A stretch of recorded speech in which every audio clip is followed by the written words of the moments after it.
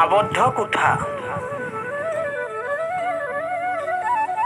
সূৰ্যাস্তৰ লগে লগে কৰ্মব্যস্ততাৰ দিনটোৱেও বিদায় মাগিলে।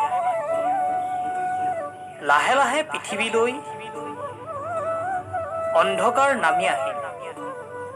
চাৰিওফালে অন্ধকাৰ চলিল। এটা সৰু আবদ্ধ কোঠাত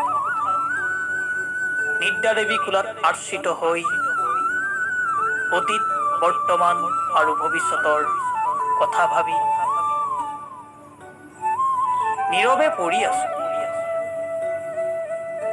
হঠাৎ ভেণ্টিলেটৰৰ সৰু সুৰুঙাৰে জোনাকী পৰুৱা এটি অন্ধকাৰ স্তব্ধ কোঠালৈ সোমাই আহিল।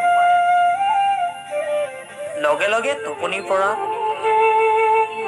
হঠাৎ সাৰ পোৱাৰ দৰে ভাৱনাৰ পৰা যেন বাস্তৱলৈ উভতি আহিলোঁ। ধন্যবাদ।